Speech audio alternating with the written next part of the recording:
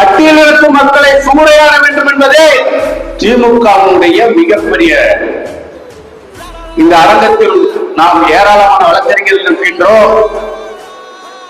RS Bharathi சொன்னார், பட்டியலினத்தில் முதலாக நாங்கள் தான் நீதிபதியை உருவாக்கினோம் என்று.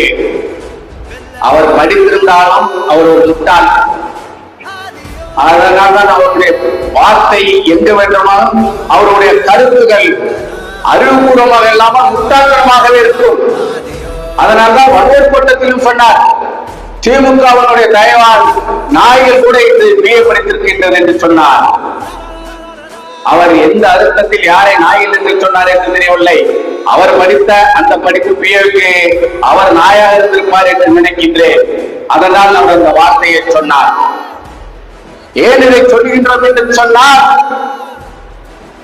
அந்த கலைஞர்களுடைய சூழ்ச்சிகளை தன்னை கட்சியை விட்டு நீக்கிய அந்த பட்டியல் சமூகத்தை எப்படியாவது சீர்குலைக்க வேண்டும் என்பதற்காக உள்ளிடையே இன்று ஏற்படுத்தியுள்ளார்.